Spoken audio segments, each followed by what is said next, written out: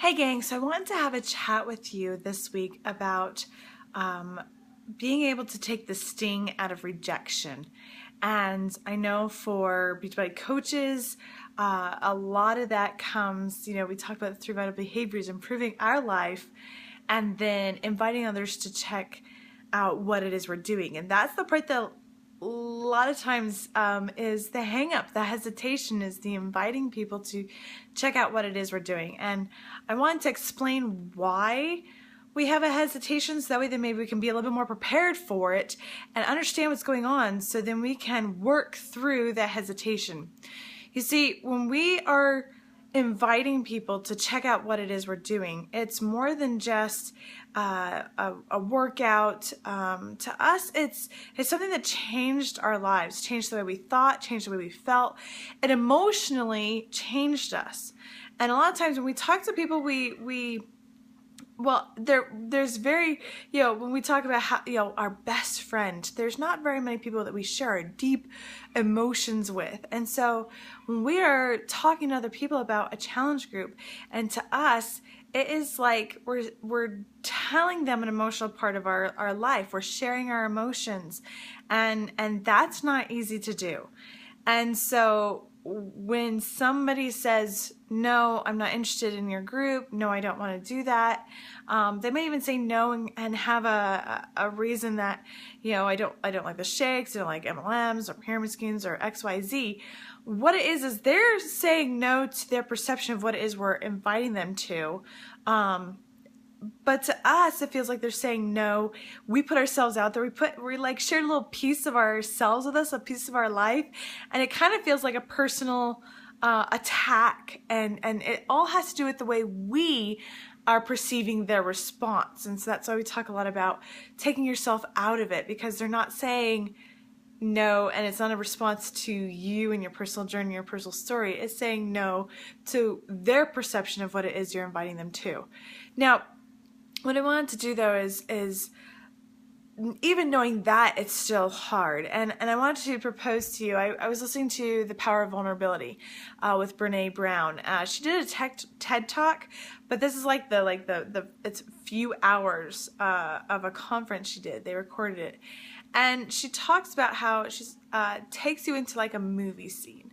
And it's Christmas Eve, and there's this family in this minivan, and they're driving, and they got the presents in the back, and the mom is fiddling with the radio station, and all of a sudden Jingle Bells comes on, and the kids are all like, yeah, because they know the words. So they start screaming at the top of their lungs, Jingle Bells, and there's just like unapologetic joy coming from their faces as the camera pans across each of the kids. And then it goes to the parents, and they're like, why not, and so they start singing, and the husband looks lovingly at the wife, and then the camera pans out more, and they're on the on-ramp to the freeway, and you see this scene, and you then feel what's coming next. And a lot of times, the next scene that pops into our minds is freeway, they're having a good time, car accident, big rig, something bad is going to happen. And our minds, like the media has set us up for that. And the reason why our minds immediately go to something bad happening is that when you feel joy, you're being vulnerable. Like, you have to be vulnerable to feel joy, because it's an emotion, and it is a deep emotion. And you have to, when you feel joy, you're letting yourself just be, and you are letting your guard down. And we don't like to get rejected, and we don't like to get caught off guard, so much so that joy is actually one of the hardest feelings to feel, because we feel joy, and all of a sudden it just goes to, oh, no, you don't. You're not going to catch me off guard. And it takes the joy away, because we don't want to have something bad happen and be caught off guard. So we're just going to replay like the most horrific scenes in our minds, so that way then we can be ready for something bad to happen and not get caught off guard. And she talks about how, she talks with people who have had a horrific scene happen, who got that horrible phone call that you've probably played in your mind, or, who have been through a tragic situation and they said that there's no way you can prepare yourself for that. There's no way you can have that happen and feel like you are ready for it. The one thing, though, that they all said was that anytime you take away joy in order to prepare yourself, you are stealing life's moments. And you are robbing yourself of what life should be. And so I know that kind of goes deep, but I think that when we think about sharing our story with other people, we don't want to be caught off guard. We don't want to have somebody reject it or attack it. And so we get hesitant about inviting other people to check out what it is we do, because it takes vulnerability to put yourself out there. When you're sharing your journey, you're sharing your struggles, your trials, your weaknesses. And when you share that and share a way that you've overcome and somebody rejects that, it could hurt, because you do take it personal.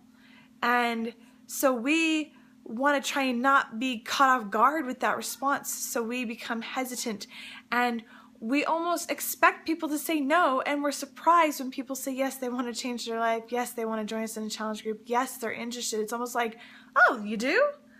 When it really should be the other way around, where we're having such a wonderful experience in our life and changing the way we're thinking, and we want everybody to be a part of it.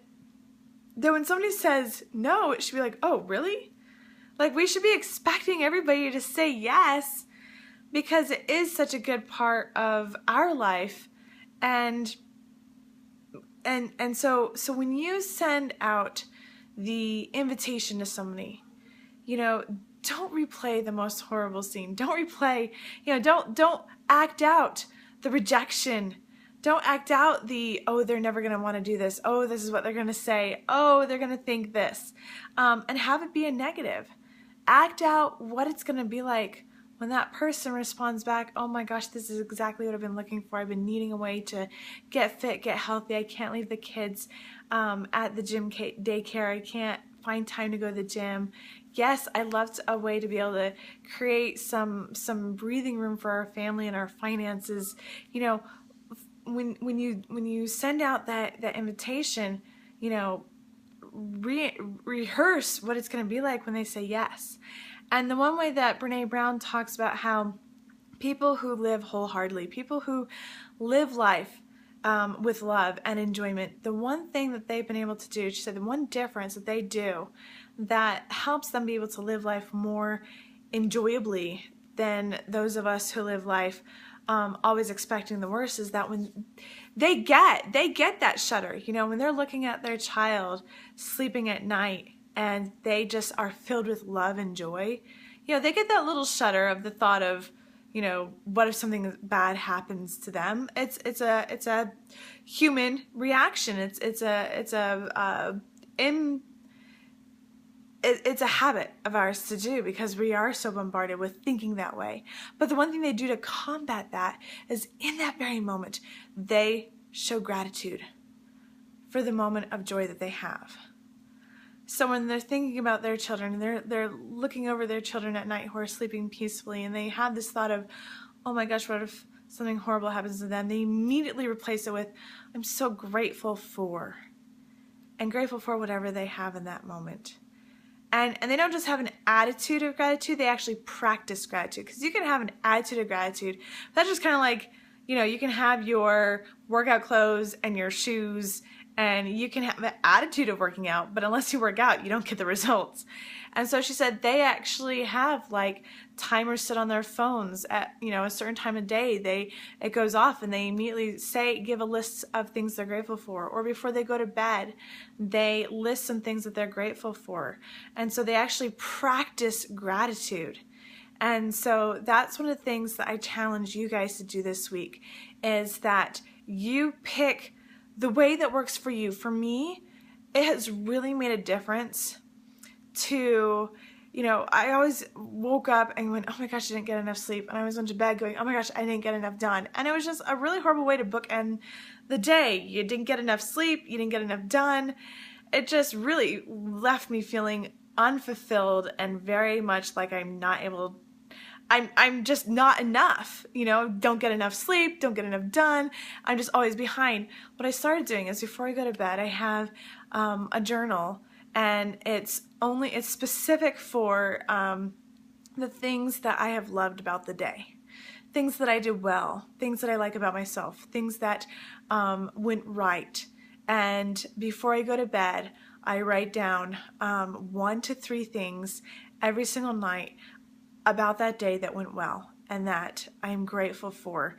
And that has really, really changed so many aspects of my life. And so I challenge you to start doing that. And I challenge you to start thinking about when you're making, an invitation to somebody, or if you're not a beach bike coach, if you're going for something that is going to make you feel vulnerable and put yourself out there, have an attitude and practice gratitude. Say, I'm grateful for technology to be able to keep in touch with people from high school. I'm grateful for technology to be able to have this communication with people I otherwise would never have met. I mean, I'm a mom here in Utah, and I am talking with people from Pennsylvania to Oregon to Florida, and like close friendships that otherwise wouldn't happen if it wasn't for technology. If it wasn't for Beachbody, if it wasn't for the fact that I did send out that one invite that I wasn't sure about. And so having a gratitude practice when you are talking to people, I think will help you be able to start looking forward and being more excited and take the sting away from the rejection. Because when you send an invite with a thought of gratitude, then when they send something back, you're going to understand and still have that last thought be of gratitude. And who knows, that last thought of gratitude may be conveyed in your message to them, and it might make a difference in how they read it as well. So that is the challenge for this week, is to, not just practice gratitude, but have an attitude of gratitude to help you be able to focus on positive outcomes and start helping your mind be able to not constantly take you to a place of negativity, but steer you more towards positive and happy thoughts. And so that's the challenge for you this week.